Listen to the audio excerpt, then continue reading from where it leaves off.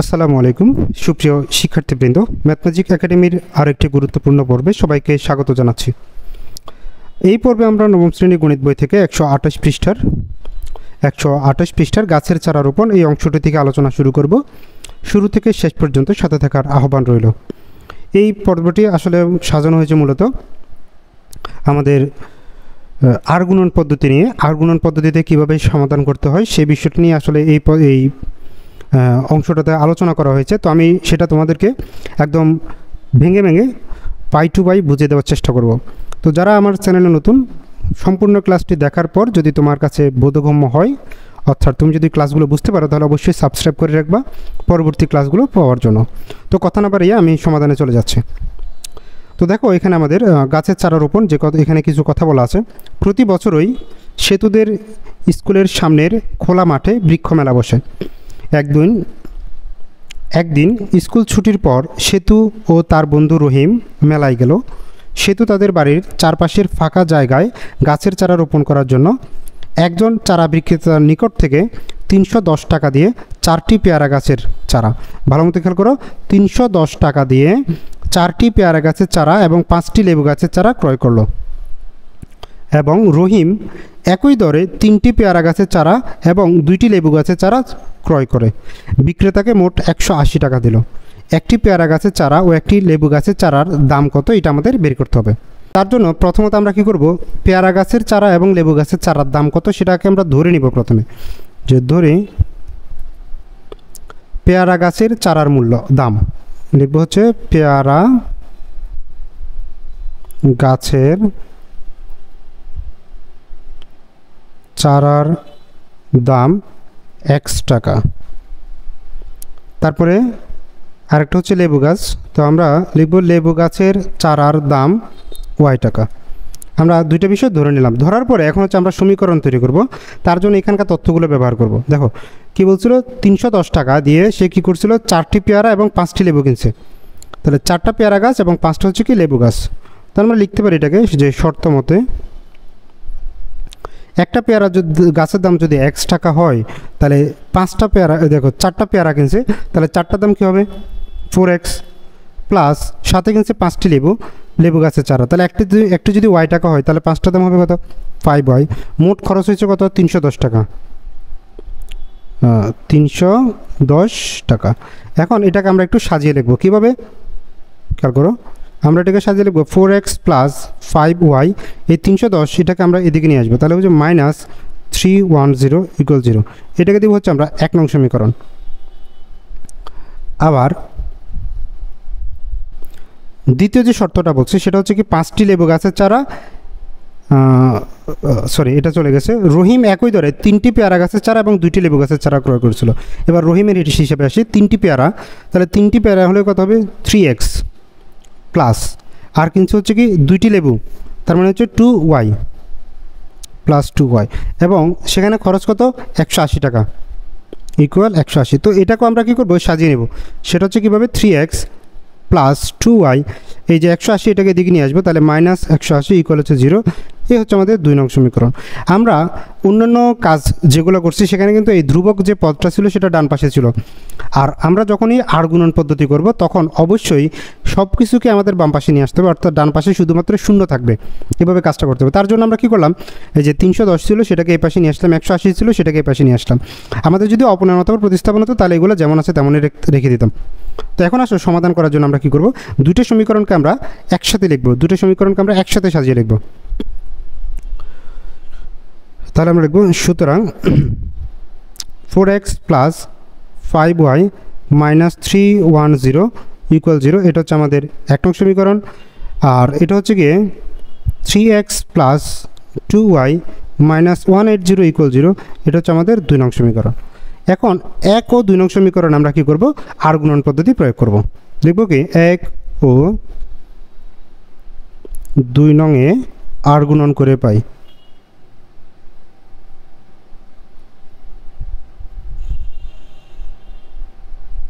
আর গুণন করে পাই, এটা করার জন্য আমরা কী করব, প্রথমে একটা X লিখে নিচে একটা টান দিব, তারপরে ইকুয়াল দিয়ে Y লিখে তার নিচে একটা টান দিব, তারপর ইকুয়াল দিয়ে 1 লিখে তার নিচে একটা টান দিয়ে দেব। তারপরে কাজটা কীভাবে করবো দেখো, এক্স যখন লিখেছি এই এক্সের যে দুইটা সংখ্যা আছে এই দুইটা বাদ দিয়ে দেবো। দেওয়ার পরে এখানে ওয়াইয়ের সাথে কত আছে 5, এখানে সংখ্যা হচ্ছে কত 180 মাইনাস 180, এই দুইটা সংখ্যাকে আমরা গুণ করব।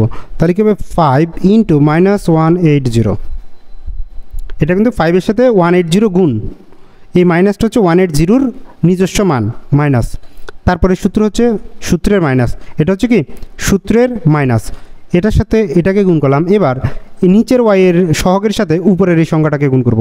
তাহলে এখানে কত আছে আমাদের 2 ইন্টু হচ্ছে কত মাইনাস 310, এখানে মাইনাস থাকলে এই মাইনাস সহ কিন্তু লিখতে হবে মাইনাস 310, এ হচ্ছে আমাদের এক্সেরটা। এবার ওয়াইয়ের যখন কাজ করব তখন ওয়াই দুইটাকে বন্ধ করে দেব। বন্ধ করার পরে কাজ করবো কীভাবে, এই দেখা নিচেরটা থেকে উপরেরটাকে গুণ করবো, এই পাশে নিচেরটা দিয়ে উপরেরটা গুণ করবো। আগেরবার কিন্তু আমরা উপরের থেকে নিচের দিকে গুণ করেছি, এখন আমরা কি করব নিচের থেকে উপরের দিকে গুণ করব। তাহলে এখানে আছে 3, এখানে হচ্ছে মাইনাস 310, তাহলে 3 ইন্টু মাইনাস 310, এ হচ্ছে সূত্রের মাইনাস। তারপর এটা তো বন্ধই। এবার এই 4 দিয়ে মাইনাস 180কে কী করব গুণ করব। তাহলে 4 ইন্টু মাইনাস 180, এবার 1-এর পালা। 1 যখন করবো তখন এই দুইটা সংখ্যা বাদ, তখন এগুলোর মধ্যে হিসাব করবো, তখন কিন্তু আবার প্রথমটার মতো উপরের এইটার সাথে এটাকে গুণ করবো। তাহলে 4 ইন্টু কত 2, 4 ইন্টু 2, এ হচ্ছে সূত্রের মাইনাস। তারপরে কি করব এই নিচেরটার সাথে উপরেরটা 3 ইন্টু 5, 3 ইন্টু 5। এবার একটু হিসাব কিতাব করবো কীভাবে, 5 ইন্টু 180 কত হয় দেখো, 5 ইন্টু 180 এগুলো হচ্ছে 900, আর এখানে একটা মাইনাস আছে, তার প্লাসে মাইনাস 900, এই মাইনাসে মাইনাস হয়ে যাবে প্লাস। 310কে 2 দিয়ে গুণ করবো, 310 গুণ হচ্ছে 2, তাহলে হচ্ছে কত 620, আর উপরে থাকবে এক্স ইকুয়াল।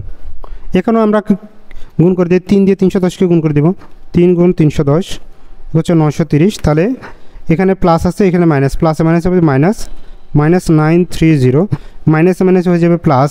4 ইন্টু 180, 4 ইন্টু 180 এগুলো হচ্ছে 720,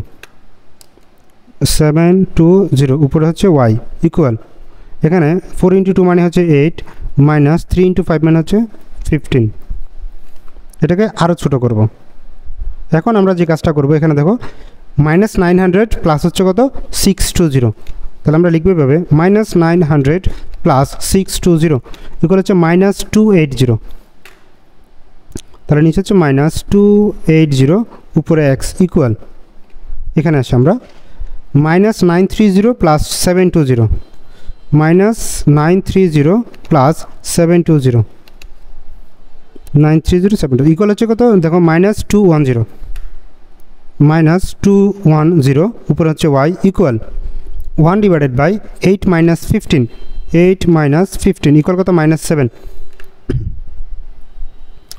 7, এই যে আমরা এখন তিনটা একদম সবগুলো কাজ করে ফেলছি। এখন হচ্ছে আমাদের কাজ কি, এই প্রথম এটার সাথে শেষেরটা নিয়ে এক্সের মান বের করবো, আবার এই দ্বিতীয়টার সাথে শেষেরটা নিয়ে এক্সের মানটাকে আমরা বের করে নিব। তো কাজ হবে কীভাবে দেখো,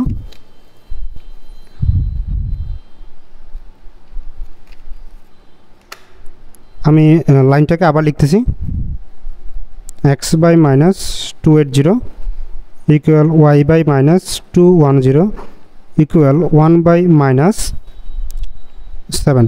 আমি ওই এখানকার লাইনটাকে এখানে আরেকবার লিখছি, তোমাদের দুইবার লেখার দরকার নেই, একবার লিখলে হবে।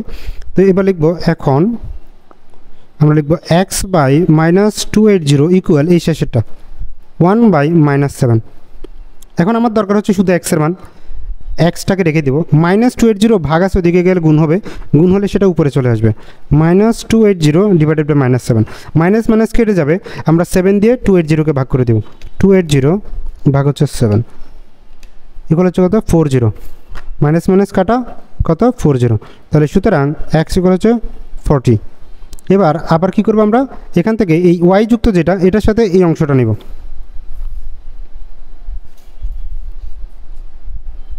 আবার ওয়াই বাই হচ্ছে কত মাইনাস 210 ইকুয়াল 1 বাই মাইনাস 7। তো এখন আমরা যে কাজটা করব, এই হরটাকে উপরে পাঠিয়ে দেবো, আবার y equal -210 divided by -7, minus minus কেটে যাবে, আমরা 210 ডিভাইডেড বাই 7 দিলে পাচ্ছি হচ্ছে দেখো 30, তাহলে ইকুয়াল হচ্ছে কত 30।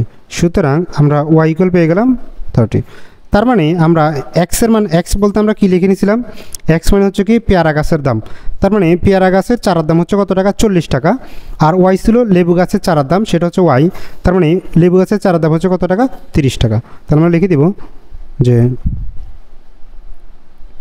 নির্ণেয় পেয়ারা গাছের চারার দাম হচ্ছে গিয়ে কত টাকা, 40 টাকা। তারপর হচ্ছে লেবু গাছের চারার দাম কত টাকা, 30 টাকা। এ হচ্ছে আমাদের উত্তর। আশা করি আপনারা বুঝতে পারছেন আমাদের এই আর গুণন পদ্ধতিটা কীভাবে করতে হবে। সব কিছু কিন্তু আমাদের প্রত্যেকটা পার্ট বুঝে বুঝে কিন্তু করতে হবে। প্রথম কাজ হচ্ছে আমাদের ডান পক্ষে যা কিছু থাকবে সেটাকে আমরা বাম পক্ষে নিয়ে আসব।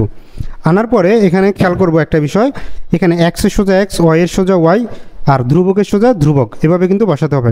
বসানোর পর যে কাজটা করব, এক্স বাই হচ্ছে আমাদের কী হবে, এক্স বাই একটা খালি ঘর থাকবে, ওয়াই বাই খালি ঘর থাকবে, নিচে 1 বাই একটা খালি ঘর থাকবে।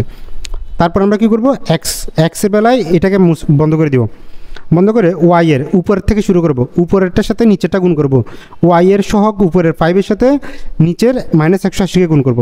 আবার নিচের ওয়াইয়ের সহগ 2 এর সাথে উপরের -310-কে গুণ করব। এটা গেল এক্সের কাজ। ওয়াইয়ের বেলায় আবার এটাকে মুছে দিব, বন্ধ।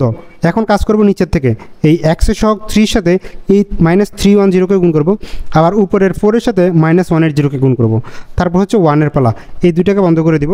এবার উপরের দিক থেকে আবার 4 × 2 হবে, তারপরে 3 × 5 হবে। এভাবে ক্যালকুলেশন করলে আমরা এক্স এবং ওয়াইয়ের মানগুলো খুব সহজে বের করে নিতে পারবো। তো এবার আমরা দেখি এরপরে কী আছে।